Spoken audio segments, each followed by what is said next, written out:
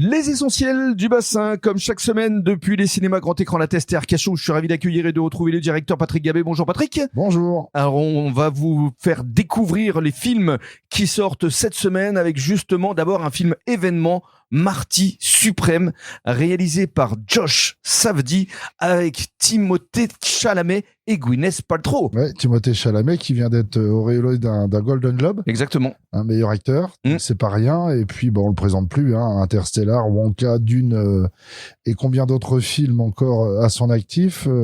Acteur prolifique. Oui, alors c'est inspiré par le champion de tennis de table Marty Ressman.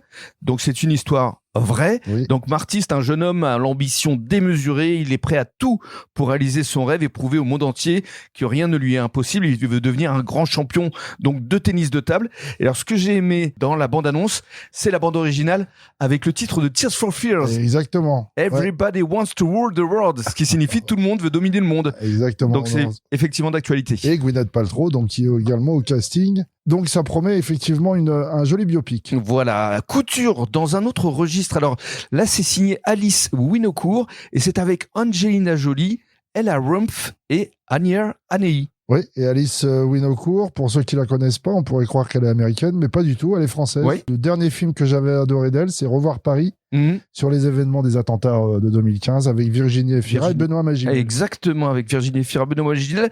Alors là, ça se passe à Paris, lors de la Fashion Week. Maxine est une réalisatrice américaine qui apprend une nouvelle qui va bouleverser sa vie, un problème de santé. Dans la bande-annonce, on voit le médecin qui est incarné par Vincent Lindon. Tout à fait. Et elle croise alors le chemin d'Ada, une jeune mannequin soudanaise, et Angèle, une maquilleuse française qui aspire, elle, à une autre vie. Entre ces trois femmes, trois destins. Une convergence. Voilà, une solidarité insoupçonnée. Ensuite, alors, Maigret, avec Denis Podalides.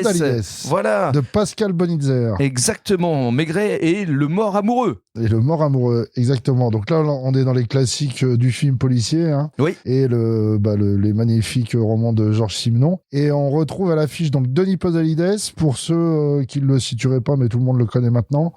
Il avait bien sévi dans Embrasser qui vous voudrez à l'époque de Michel Blanc, oui, par exemple. Il y a également Anne Alvaro et Manuel Guillot à l'affiche. Alors, le commissaire Maigret est appelé en urgence au Quai d'Orsay parce que monsieur Berthier-Lagesse, un ancien ambassadeur, a été assassiné et il découvre, Maigret, qu'il entretenait, cet ancien ambassadeur, une relation amoureuse, en tout cas une correspondance amoureuse depuis 50 ans avec une princesse dont le mari, étrange coïncidence, vient lui aussi de décéder. Donc en se confrontant aux membres des deux familles et au mutisme assez suspect de la domestique du diplomate, Maigret va aller de surprise en surprise. Exactement. Et juste un petit mot sur Pascal Bonitzer, donc le réalisateur. Son dernier film 2024, c'était Le Tableau volé avec Alex Lutz et Léa Drucker. Très bien, et un quatrième film français. Alors c'est marrant parce qu'on revient au sport, on revient à une histoire vraie. Ouais. C'est Le Rêve américain de Anthony Marciano avec notamment Jean-Pascal Zadi et Raphaël Quenard. Ouais, Jean-Pascal Zadi dans la pure comédie française et qui va nous emmener d'ailleurs aux États-Unis. C'est ça, dans le monde de la NBA.